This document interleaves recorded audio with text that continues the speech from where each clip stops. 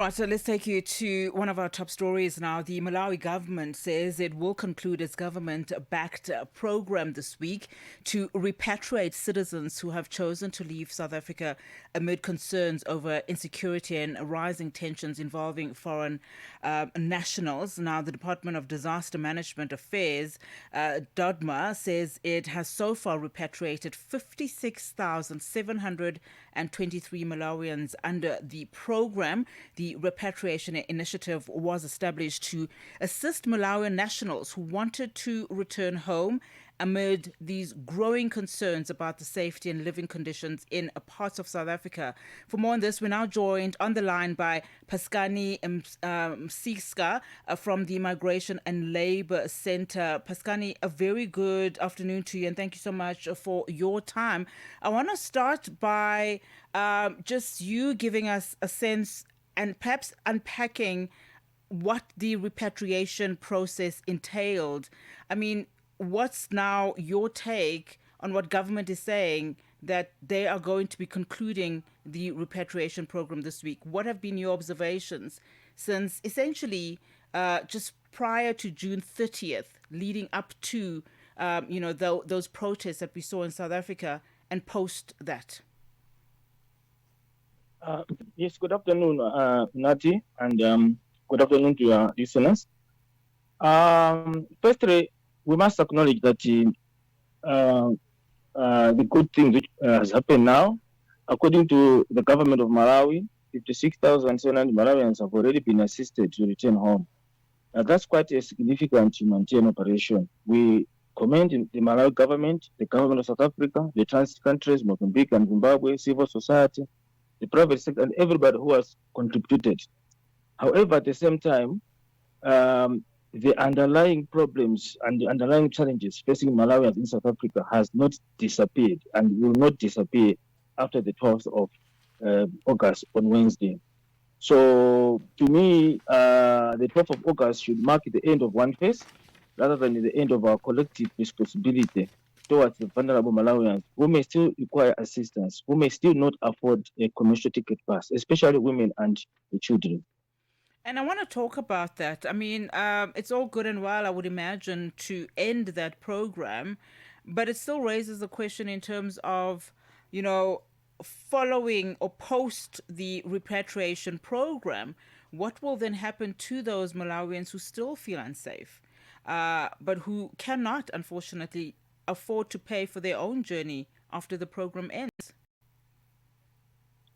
I would like to believe that there should be a targeted case by case humanitarian response. The responsibility of assisting Malawians who are unsafe here should not disappear. Government, both of Malawi and South Africa, should equally be responsible in assisting that Malawians who are vulnerable are repatriated. So perhaps uh, rather than going for a massive repatriation program, we should really focus on this targeted case by case humanitarian response. But I'd like to emphasize that that need will not disappear by the 12th of August. I'm so happy and happy that the Malawi government has announced that the Malawi consulate officers and High Commission officers will continue for some time to assist offering consular services, including giving out free traveling documents, which at this stage they cost 1,000 rands for someone who has lost a passport, or maybe your passport is expired. You have to pay 1,000 rands to just get a document for you to be able to travel. So for now, they have indicated that they will be offering those travel documents for free. However, a document cannot put a vulnerable Malawian on a bus. Mm.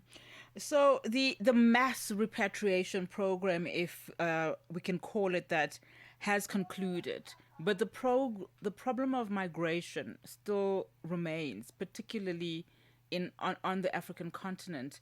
We were listening to a clip earlier on, from the Minister of Cogta here in South Africa. In fact, the Department of International Relations, I beg your pardon, saying that South Africa supports African Migration Conference that will hopefully address some of the long-standing issues of migration. What is your sense of that? How should the African continent address some of these concerns that have really come to a head, as we've seen in recent months? I think on my side, I'm still happy that one of the response to that is Malawi government has announced that they will be rolling out a national reintegration strategy for repatriated Malawians.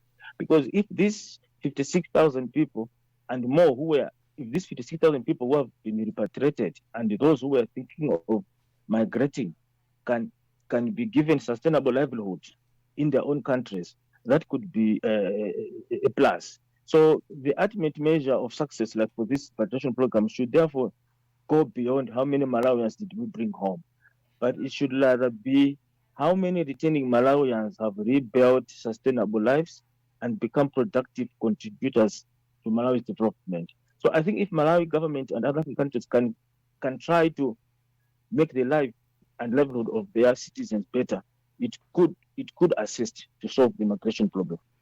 Phaskani, I think that's the perfect time to end our conversation, but thank you so much for that.